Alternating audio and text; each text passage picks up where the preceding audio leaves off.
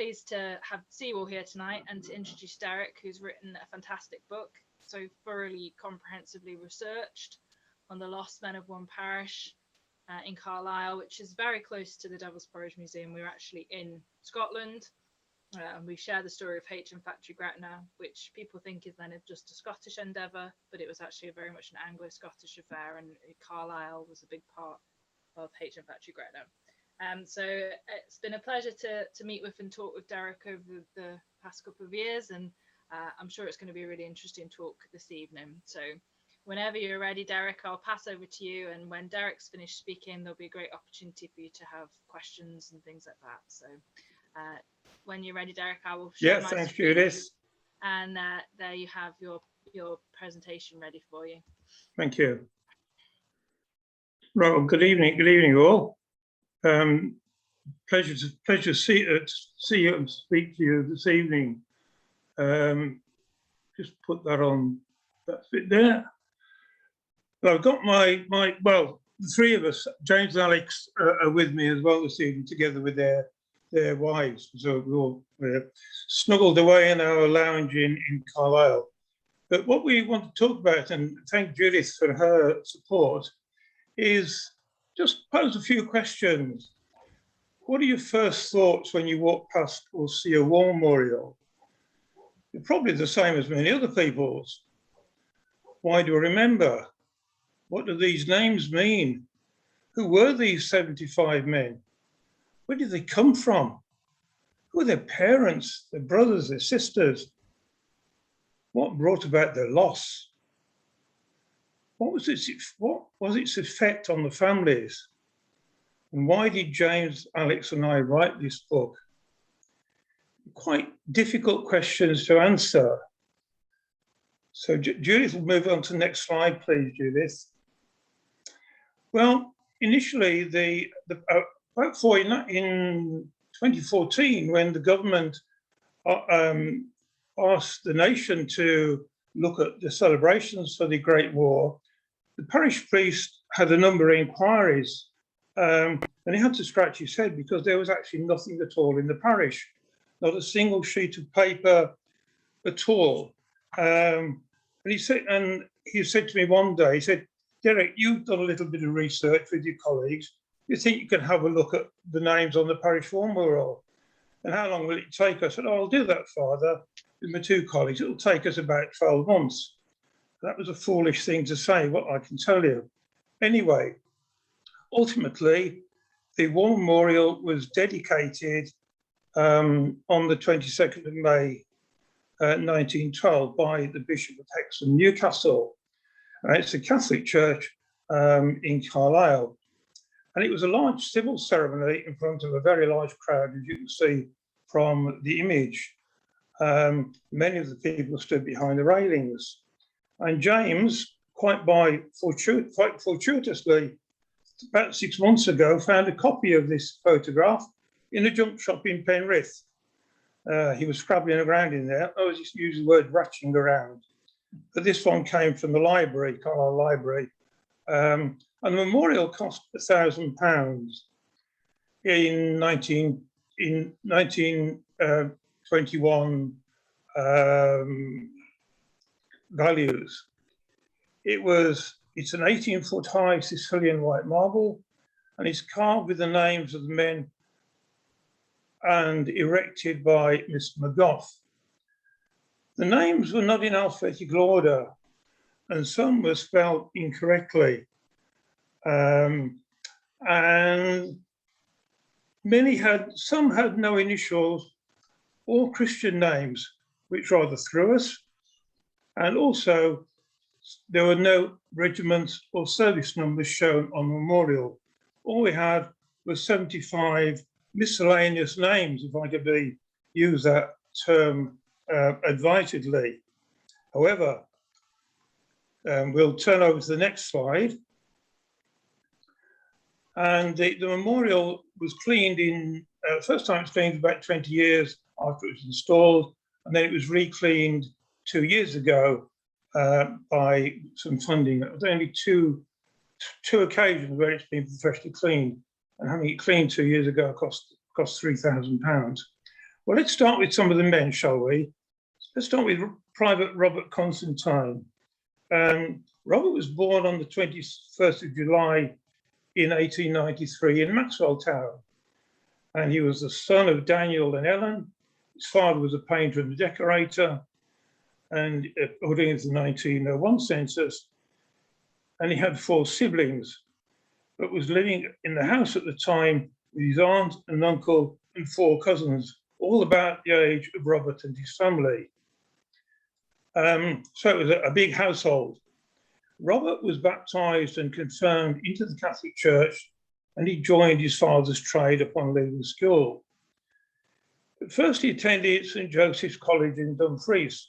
And we're very fortunate to have been able to obtain the photographs on the slide there from St. Joseph's College in Dumfries.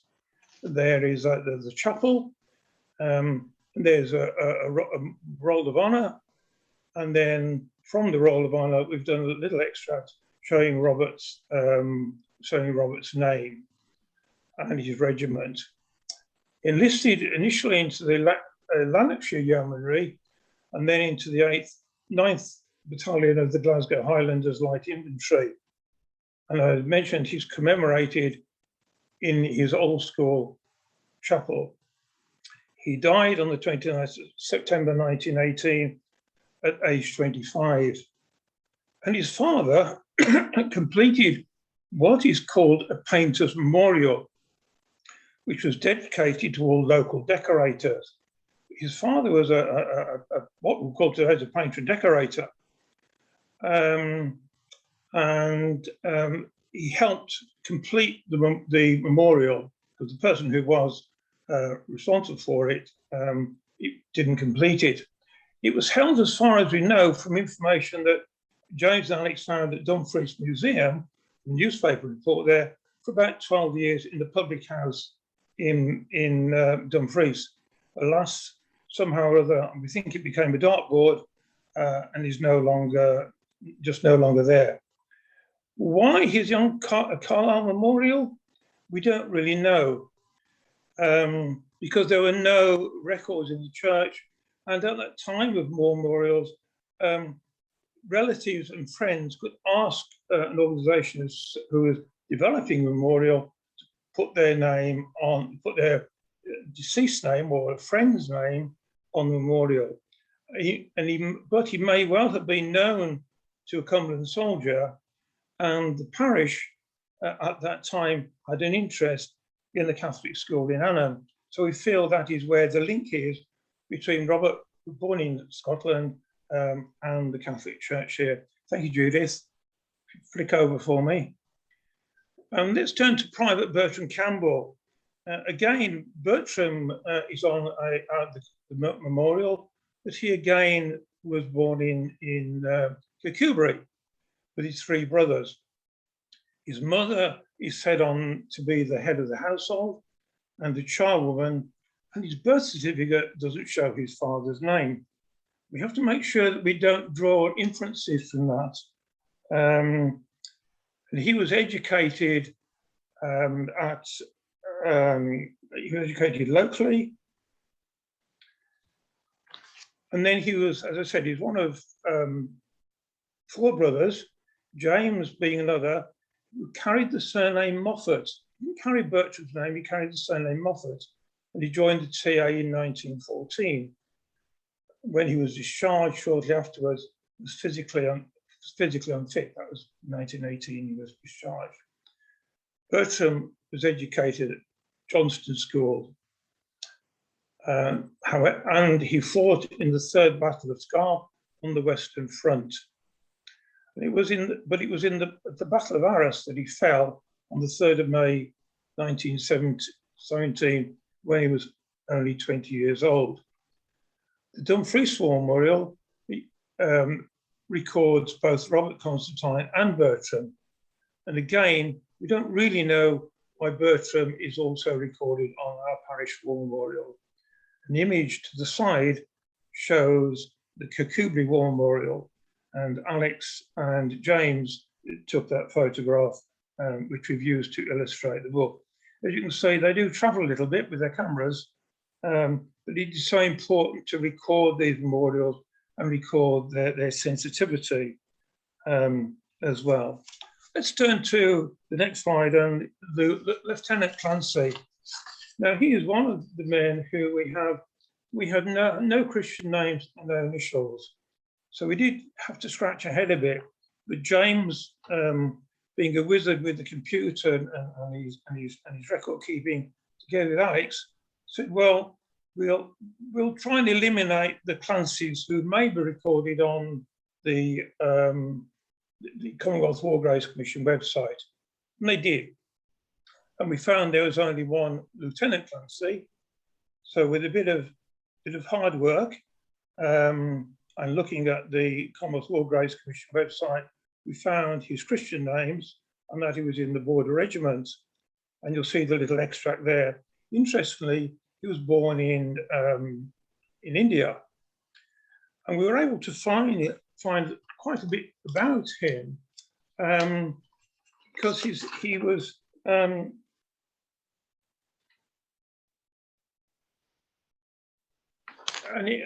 we were able to find information from him from the Indian High Commission Office and the National Archives and the London Gazette. The Indian High Commissioner referred us to Burma, where we traced his baptismal records and the details of his family. And then we were able to realize, I've lost you, Judith, I've lost the big screen. You stop sharing. No, she's there on the left. Judith, have you stopped sharing with me? She's there on the left. Yeah, no. I've lost this, I've only got, I haven't got the shared screen, Judith. All right. Oh, sorry. I don't know what's happened there. No, me. Probably me flicking pages over. Yeah, I just keep checking that and no one needs admitting. So. Oh, no, that's understandable. Thank you, Judith. Thank you, that's fine. So we were able to find that he had actually been at Stonyhurst School. Stonyhurst School is a large Catholic secondary school, residential school in North Lancashire. And by talking to the school and asking the school, they had some details on Lieutenant Clancey's school life. And then we were able to find his medal card in the National Archives. There is quite a lot of history about him. He played a key role in Carlisle with the Border Regiment when he was greeting recruits and being called to arms. He travelled with them via Southampton to Belgium. And then conflict soon came, which 6 weeks later took his young life at the age of 21. And today he still lies in those Flanders fields. And he is commemorated on the Menin Gate Memorial, and his parents and his sister mourned his loss. So it's quite a sad story with Lieutenant Clancey. We'll turn on to Private James Murray, please, Judith. And that just before that slide there just shows the baptismal record. And at the very bottom there, it shows the baptismal record of Trevor Clancey, and he was baptized where he was baptized in India by the bishop. So again, we were able to find that record. Thanks, Judith. If you turn over a little bit. Turn over a little bit there for me, please. And just staying in with Clancey a moment, he was, as I say, with the 2nd Battalion, and the war records show us that he retreated, the battalion retreated. There was continuous fighting over previous few weeks, lots of casualties, and half of the men of the 2nd Battalion had been wounded, missing or lost. So it was a very, very difficult time. Interestingly, the war diaries don't state the date of when Trevor Clancey died. They say it's the 22nd or the 23rd, but the statutory records say that it's the 24th. Now, it's not unusual because they didn't know what day of the week it is or what time of the day it was in that intense fighting, but his formal record is his death is the 24th, and that's one we have shown in that publication. Thank you, Judith. We turn over. Private Murray, now he was a bit of an enigma, was Private James Murray. My goodness me, he was. And it did really take some digging out. I think we required the Enigma code to trace his roots, but at that stage, of course, it hadn't been developed. His military career started in the Royal Navy on the 25th of May 1907. He signed up for 5 years with the Navy and a further 7 to follow. But within 6 months, he was discharged. His black marks at that stage say that included the word absence from duty and disobedience of lawful command. And his naval record said that he was bad.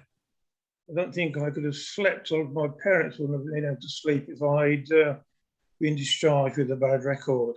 However, by 1911, he was living with his parents, his siblings, one of which included his married sister and her husband and family. 11 people lived in that small house of 5 rooms here in Carlisle. Well, James, although he was bad and had a wretched time in the Royal Navy, once bitten, twice shy, were just not in his vocabulary. But sometime later, possibly at the outbreak of the war, he turned up in Scotland, and he became Private S9312 George Brown. So he actually changed his name, and he enlisted in the 10th Battalion of the Argyll and Sutherland Highlanders in July 1915. And fighting in France caused him to lose a leg. But with his medals, he returned home. On the next slide, please, Judith.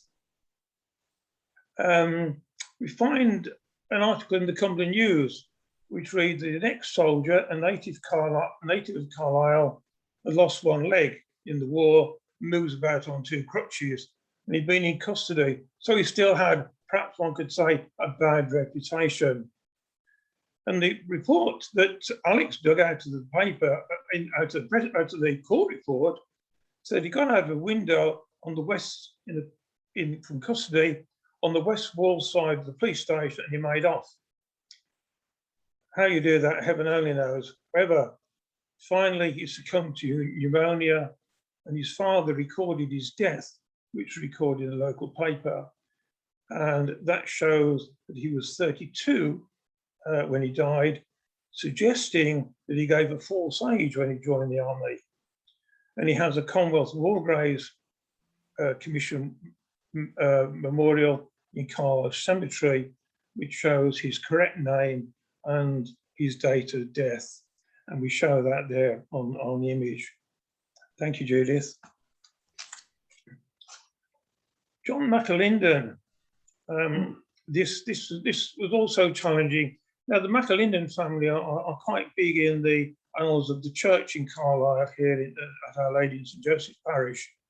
But we believe that it was James who lost his life, not his brother John. It is John who's shown on the War Memorial.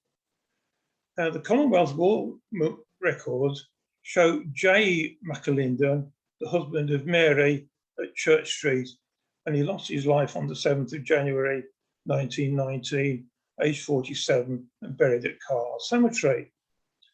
However, probing the family history, in 1871, John and Ellen, both in their 30s from Ireland, lived in Conjugate, which is a suburb of Carlisle, and it's with 4 children, one being John, who was only aged 8. 10 years later, his wife Ellen was a widow. Additional children had been born. But John, now 18, had become a labourer. But in 1901, Ellen was still in Conjugate, although her sons, John and James, are not with her. James enlisted in 1892 in the 6th Dragoons, showing his mother Ellen as his next of kin. He returned to civilian life after being discharged and married Mary Kavanagh in 1893. So that and then in 1980, it became, it couldn't be 1980, can he? Anyway, he became a reservist, 1890, I should say, became a reservist in the King's Own Scottish Borderers. by 1911, he and his wife were living in Rig Street, and he was then mobilised at the outbreak of war. Can you turn that over for me, Judith, please? Thank you. And then in 1916, he was in hospital in Tarpon in France and was transferred back to England for discharge from the service. But crucially, all the records for John refer to his wife Mary, who remained in Rig Street, and it's meanwhile his brother John, according to his national insurance card, was living in Church Street. And so we really feel that after all of the work and all of the detail that we found, that for some strange reason, the parish war memorial records the wrong Christian name. Now, it's not in our gift to go and change it, but and surprisingly, his family must have walked past there many, many times, but there we are. It's just quite challenging to try and sort that out. But there we are.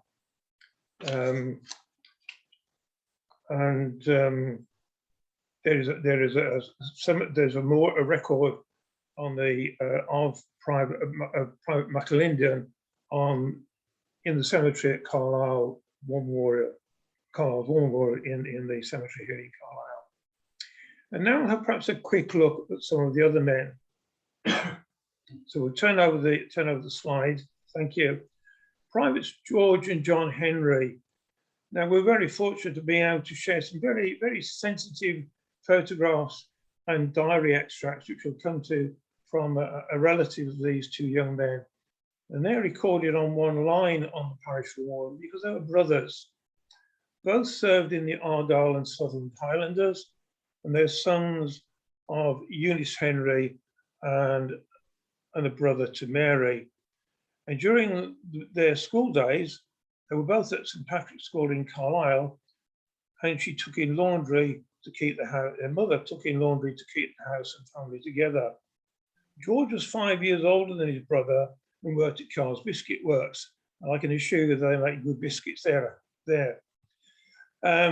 Both boys were baptised and worshipped at Our Lady in St Joseph's Church.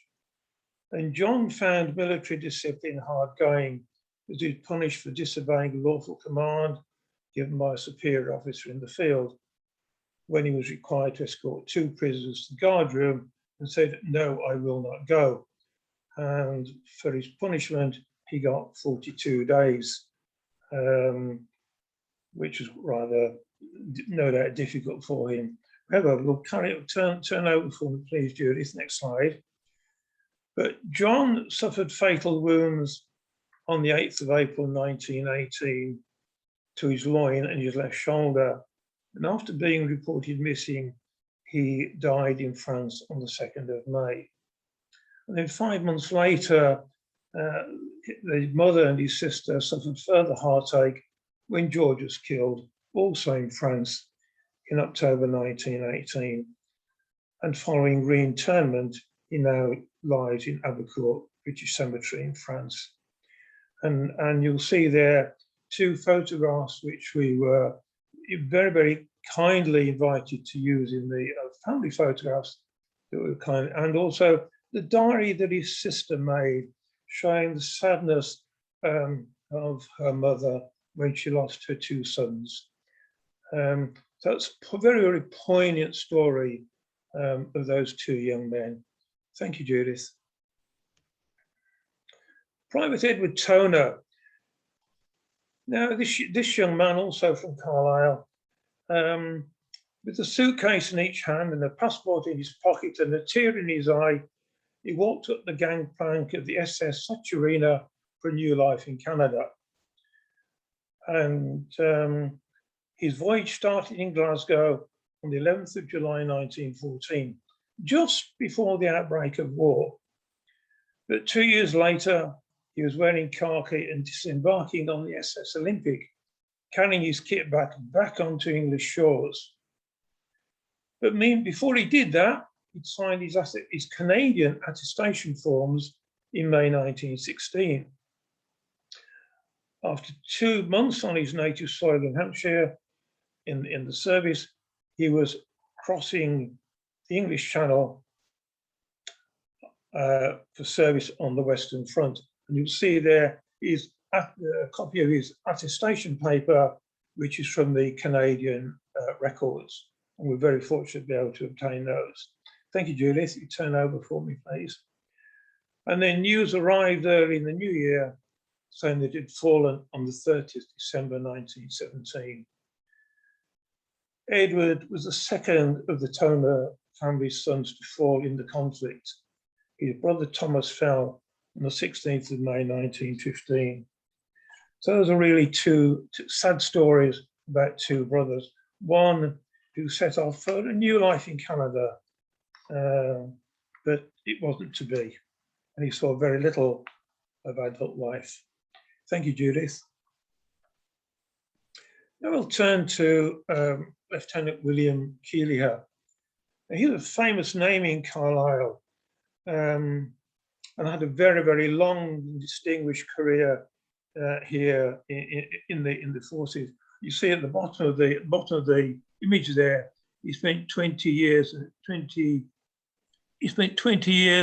56 days in the service to his king and country.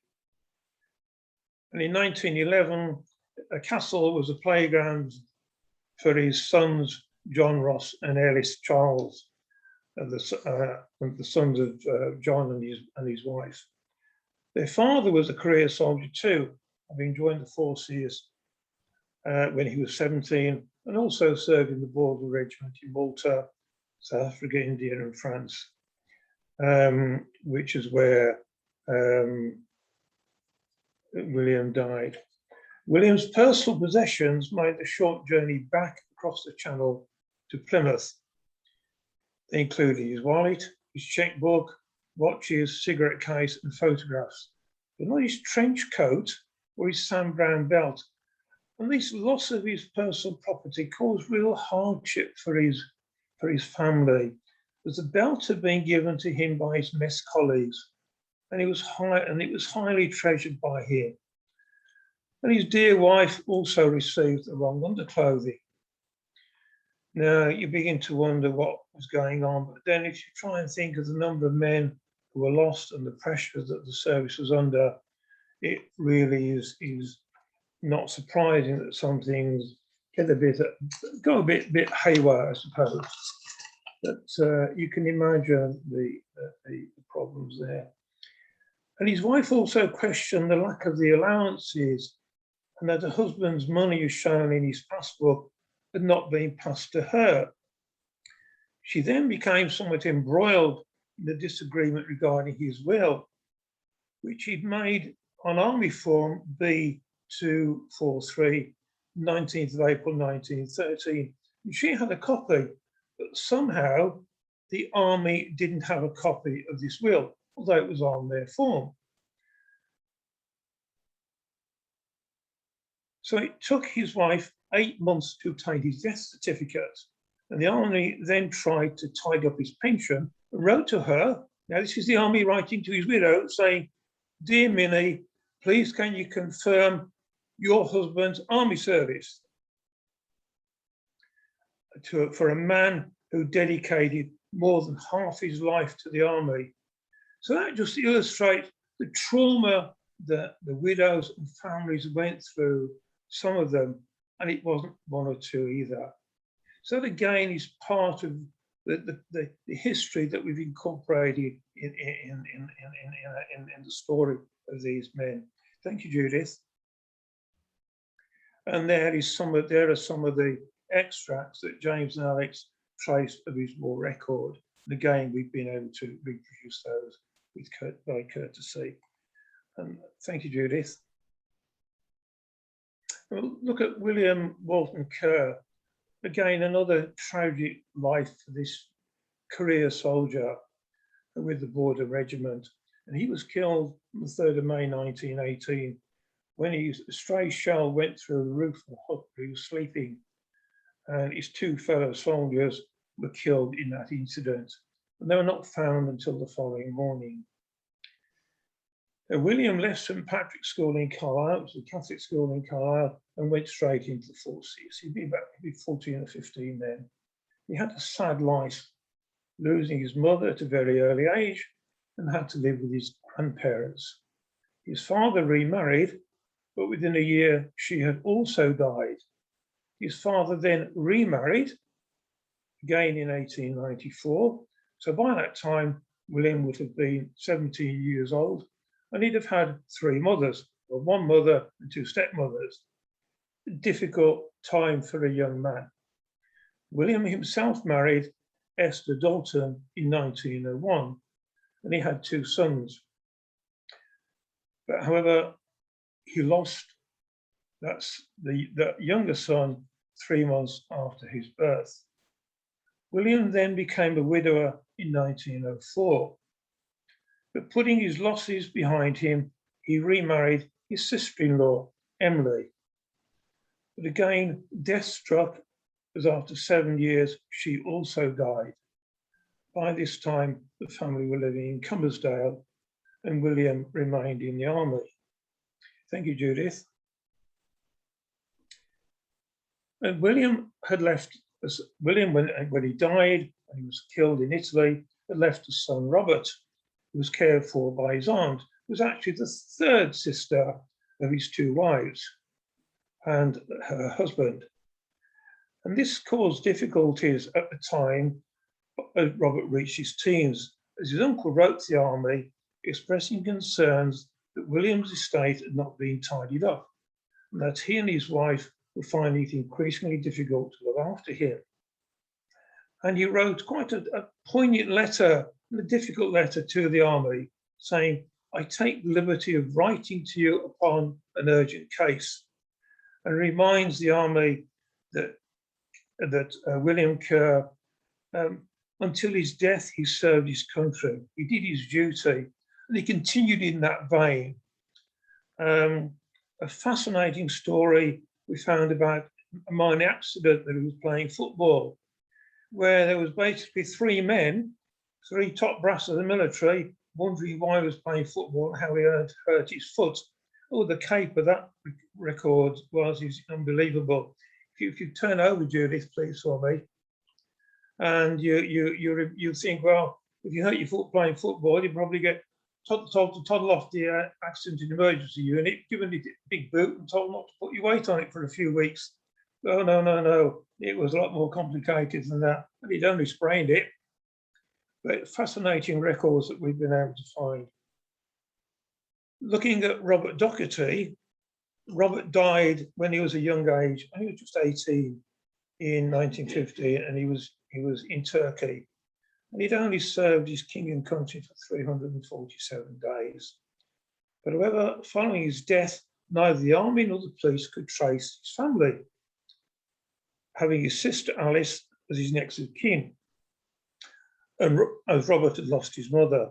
And the letters from the army went backwards and forwards for over a week to Wales, London, and Carlisle. And apparently Alice, his next of kin, had died, but she had a daughter who was living with an aunt in Carlisle, where she was eventually traced and was able to manage his affairs. So again, stories about the loss and the trauma that the family suffered. Robert wasn't recovered and remains in Turkey. Thank you, Judith. Lieutenant Short. Now, John Short was a compositor for Charles Surnham, a printer. He lost his life in Greece, and he committed to the army, having served with the Westmoreland and Cumberland Yeomanry, reaching the rank of sergeant. And his father received 3 parcels containing his lost son's property. Unfortunately, according to his father, some of his possessions were missing, including a small blue book and his will, and 2 new suits and an overcoat. Thank you, Judith. Again, this caused some difficulty. And also included with his possessions were a small cherished crucifix I think the sad part of this story about Lieutenant Short is that prior to his death, he'd written a cheque, and there it is. He wrote a cheque not for a lot of money, but it was £5.02, but it hadn't been drawn by the time the army paid it. By the time the army paid it in, or sent it for clearance, and thus the bank returned it to the army, who had three top brass deliberated regarding how his debt should be paid. Well, they said he got to pay from his estate £5.02. That was fine. But they actually said, but there's a postage fee of 5 drachma, which he had to pay from his estate. So poor lieutenant, he'd made the supreme sacrifice of a debt of his life to the army, who wanted an extra 5p to cover their postage. A really sad story. Thank you, Judith. Joseph McAlindon. Joseph was born in Sunderland. We don't know why he's on the Carlisle Memorial, but we believe that it was because he was studying for so he was studying at seminary, studying for the priesthood. And it may be that one of the parish priests asked for his name to be placed on the memorial. He was sent to France in 1917, and he was doing some flight training. On the second day of that flight training, his aircraft crashed and he was lost. The details of his place and death are not known in full, but he's recorded as being dying on the Somme, and he was age 20 when he died in those tragic circumstances. Thank you, Judith. Private McGlone. John McGlone was had 3 children. He was quite an older man for the time. He was a reservist and signed up in 1916. He was with the Royal Welsh Fusiliers. He set off for Egypt, Alexandria, in 1917, and he was killed in action 12 months later. And he remains in Egypt. And his death was upsetting to all, as the military red tape process kicked in. They required proof of his marriage, of his children, and his wife's remarriage. And there's an obituary in the local newspaper. Thank you, Judith. So again, some difficulties there. And then we look at a quick comment on some of the variations of spellings which we found. Malloy, it has been spelt in the records that we've seen a number of ways, and we had to establish the correct spelling, because bear in mind that sometimes when the sentences are written, the name is written by an enumerator, and when this young man of 18 turned up at the recruiting sergeant, shaking a little, they just gave the name and probably didn't check the forms of spellings. Moorhead spelt with an E originally, and then when he signed his allegiance to the crown, he dropped the E from the middle of his name. Mackintosh we found spelled with an A and also without an A. And that image there is from the War Memorial at Connors Quay, where he's also recorded. And Joseph Everard Lamb, which caused us some difficulty, is shown as Joseph Everard Lamb on the Parish War Memorial, but his family, he was known as Everard Joseph Lamb. And we had to accept that his family wished him to be called Everard Joseph Lamb in our book. So again, very sensitive manner in which you have to take this forward. Thank you, Judith. Some legacies to the men who we've covered. Joseph Everard Lamb. There's a reading room in Carlisle dedicated to him and his father. Joseph Collin, who was awarded a VC. There was a Collin Shield dedicated to him, and that's in the museum, the Cumbria Museum of Military Life here in Carlisle. And also there's paving stones recording Joseph Henry Lamb as well. And William KERR scholarships at one stage, and 2 portraits that are held by him here in Carlisle. Thank you, Judith. Some graphs there of where the men died, and also the ages. It grouped them in ages as well. So again, that is used to illustrate some of the background to the story that we've written. Thank you, Judith.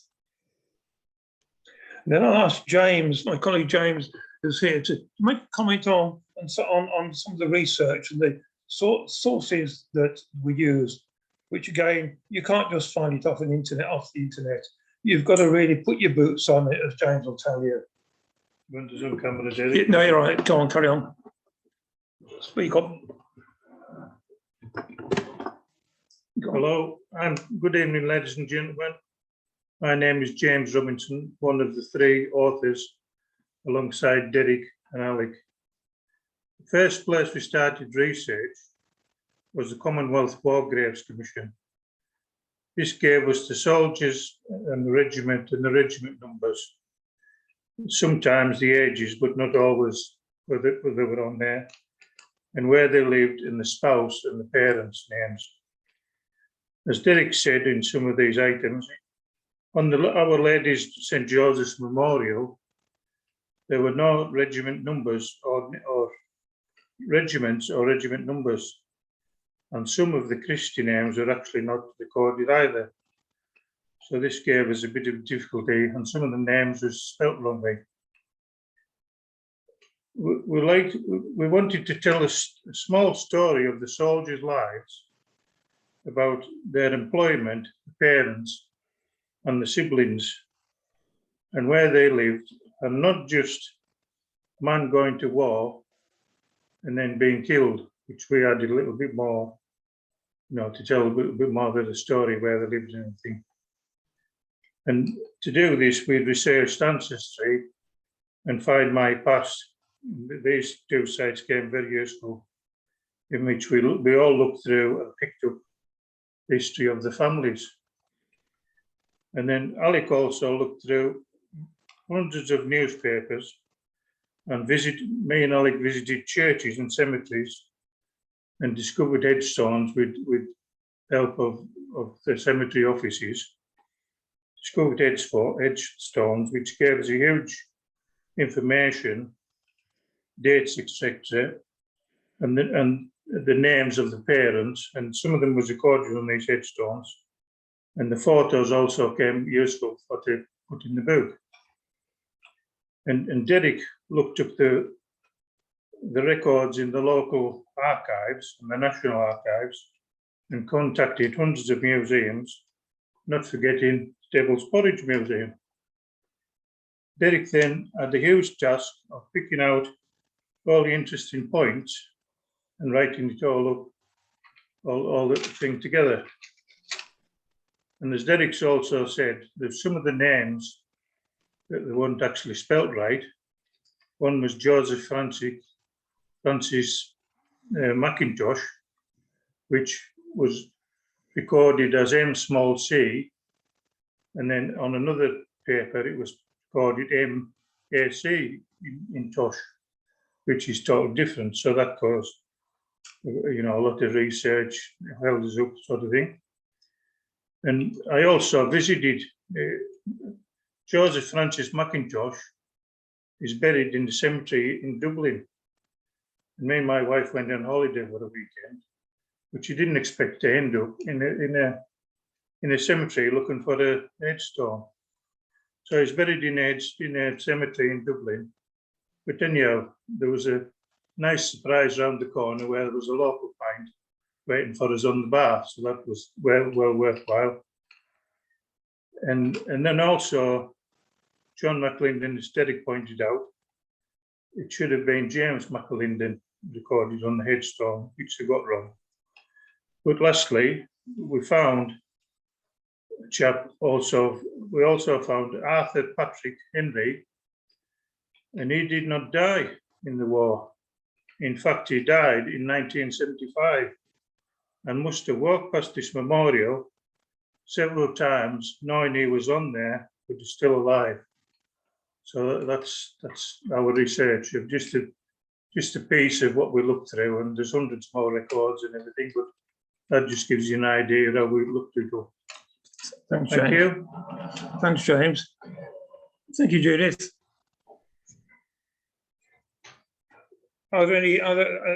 As you'll see, we tried to produce a story. Obviously, we haven't been able to go through every person we looked at. We just tried to give you a flavour of what's contained within the book.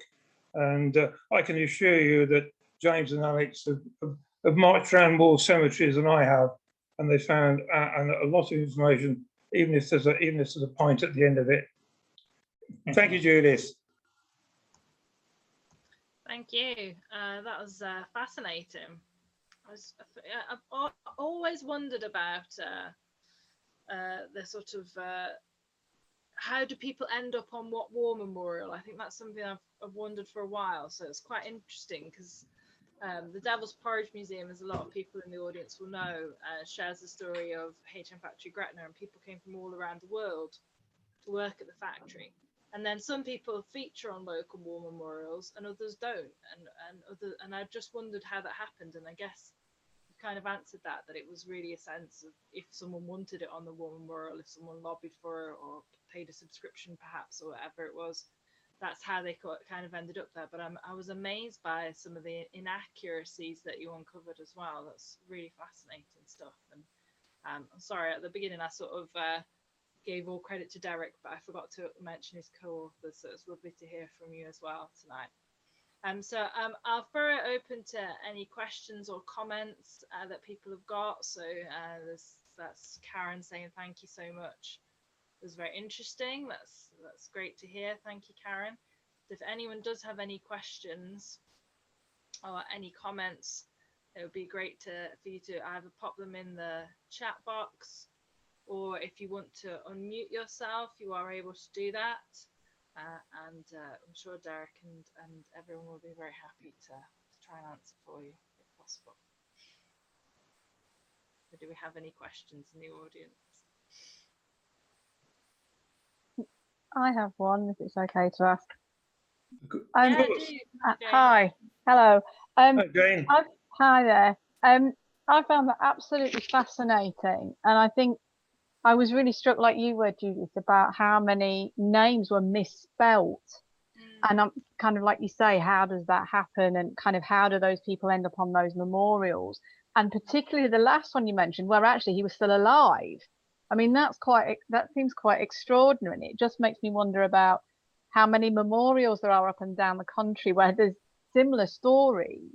But I was, where I live in Leicester, we have a War Memorials at Risk project, which is quite interesting, although I haven't had a chance to visit it recently. But I suppose my question, I was really interested. I mean, it's clear that you've all done a huge amount of research, and sit down, Kat, sorry.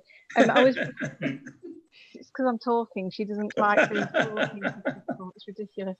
I was just really interested if, like you say, and what was nice for me was hearing, you know, the kind of like the stories and actually, you know, the way that you communicated about how difficult some of these issues were and what happened when, say, clothing didn't come back, like the trauma of it, really. Did any of you find that you were more affected by the stories and by the research than you'd anticipated when you started it at all? Yes, we were. In fact, my wife hasn't read some of the stories. She finds it too. She's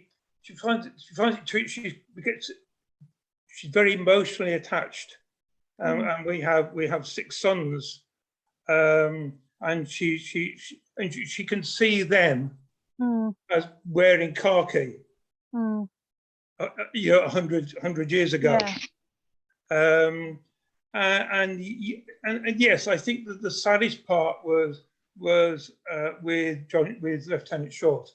I mean, you know, he'd written a check in good faith for his army bill of £5, whatever it was, and the military said, "Aha, this is going to cost us 5 pence extra, and we'll take that out of his account, his estate." why couldn't they write it off? Why did exactly. they, he'd given his life, young man, Mm. given his life, but no, and you think, I like the theatre, and you think, my goodness, may have they all been reading Shakespeare?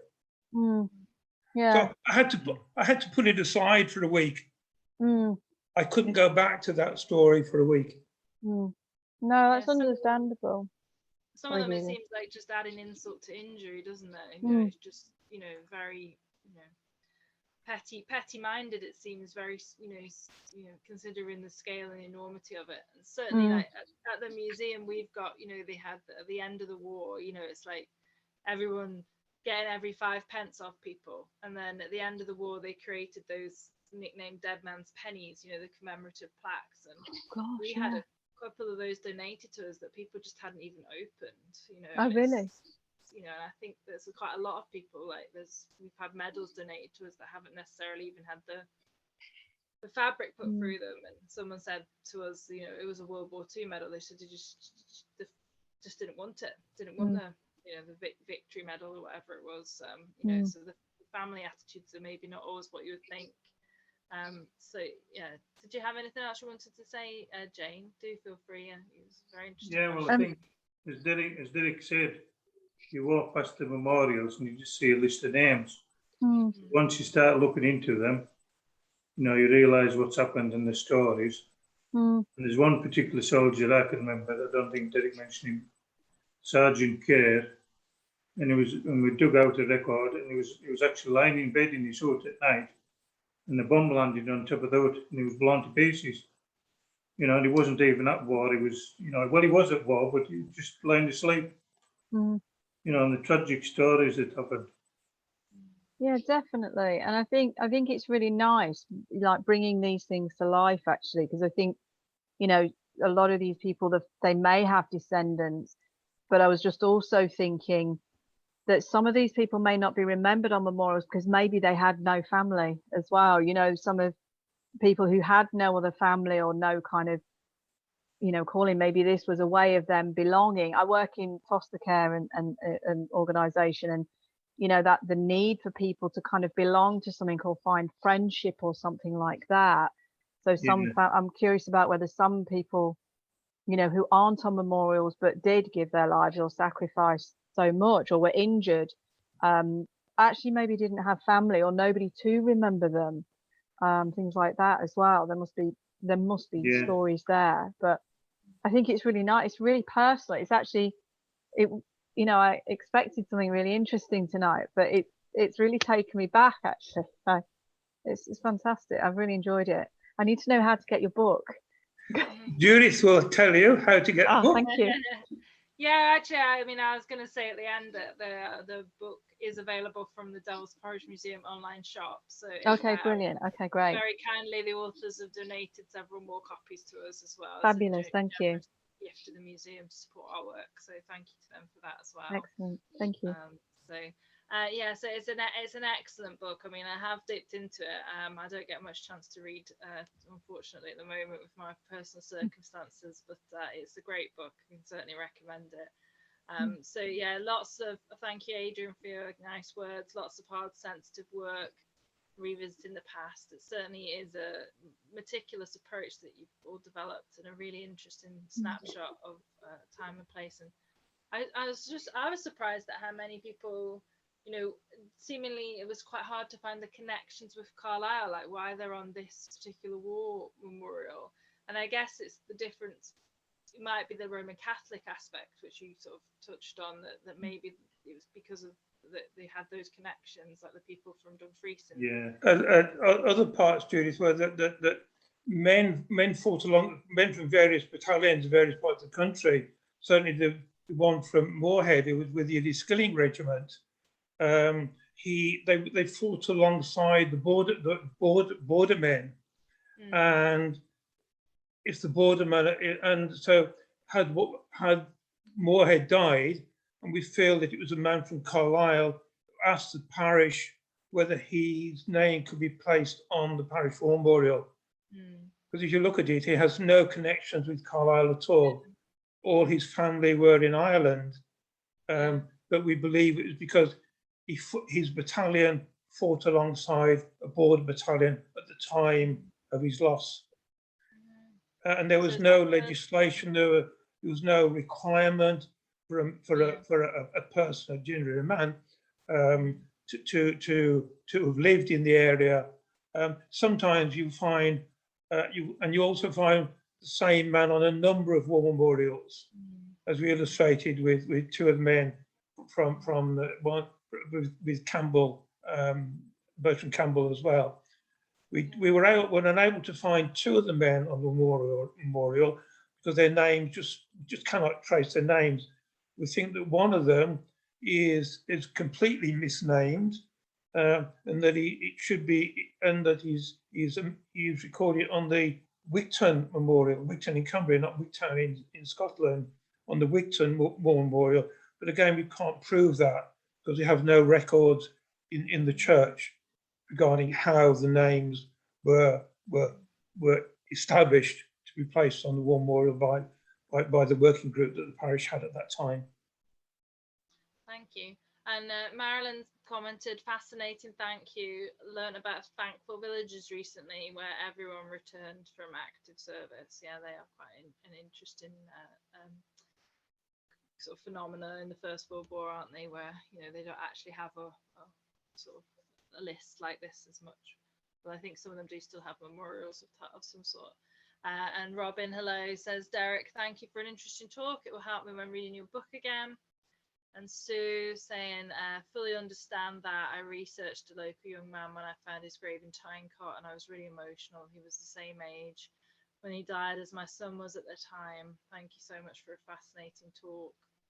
Because one of the ones that stuck with me was the person who seemed to suffer so much personal tragedy as well. You know, sort of like, you know, his wife died, then his child died, and his wife died, and then his next he remarried, and that person died, and you know, the trauma of all of that, and then to die themselves in the war.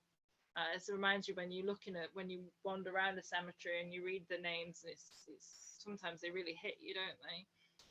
So Adrian saying the tragic red tape went on for years afterwards when widows, especially if no body found, investments needed proof of death until the late 1920s remained unclaimed by next of kin. We have one man who was buried.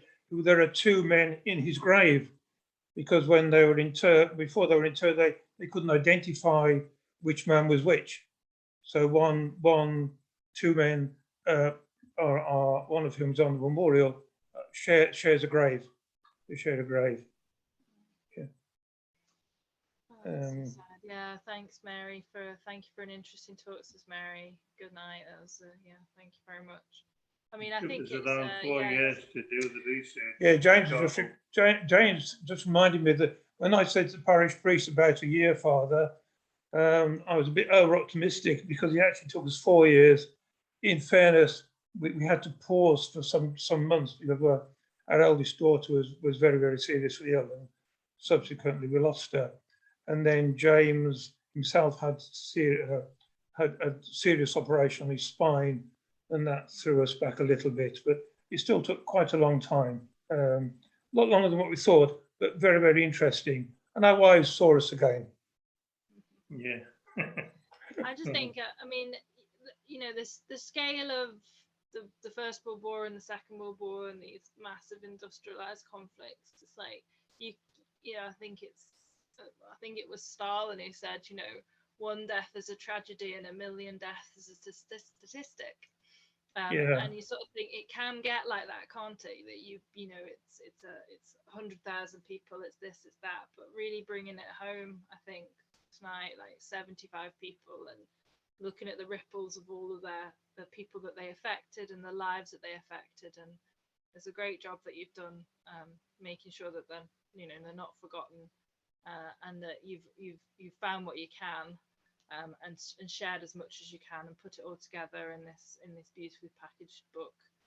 So it's been an absolute privilege hearing you speak about it tonight and sharing your research, and certainly as a museum that's got a research project that's ongoing, I know it's certainly inspiring to us to hear about other researchers and the dedication and commitment that it takes. So was absolutely brilliant. So thank you very much. And I'm just seeing lots of thank yous in the comments, so that's really lovely. So I think if unless anyone has any other questions or anything else they'd like to say, I'd like to just say thanks once again on behalf of everyone, including the Devil's Porridge Museum, to Derek and everyone, and James and everyone for being here tonight. And I'm sure that the lost men of the parish, wherever they may be, are glad to be spoken about and remembered. So thank you all very much for tonight. And I'll say good night, good luck, and God bless, and hope to see you all sometime soon.